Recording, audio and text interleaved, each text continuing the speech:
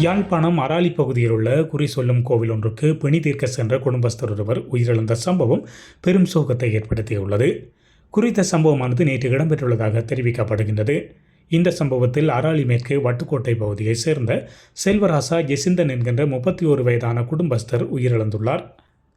இந்த விடயம் குறித்து மேலும் தெரிய வருகையில், குறித்த குடும்பஸ்தர் உடல் சுகவீனமுற்ற நிலையில் அராலி மத்தியில் உள்ள குறி செல்லும் கோவிலுக்கு சென்றுள்ளார்.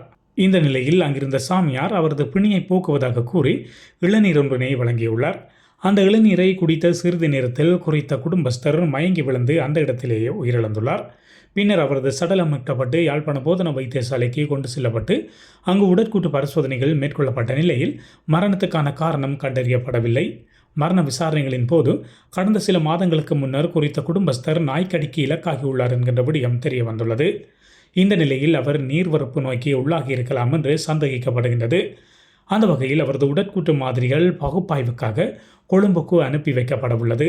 சடலம் மீதான மரண விசாரணைகளினை திடீர் மரண விசாரணை அதிகாரி ஜெயபாலசிங்கம் மேற்கொண்டதை அடுத்து சடலத்தை புதைக்குமாறு உத்தரவிடப்பட்டுள்ளது. மேலும் குறித்த நாய் மேலும் சிலருக்கு கடித்ததாக தெரிய வந்துள்ள நிலையில் அந்த நபர்களை பரிசோதிப்பதற்கான நடவடிக்கைகள் மேற்கொள்ளப்பட்டு வருகின்றன.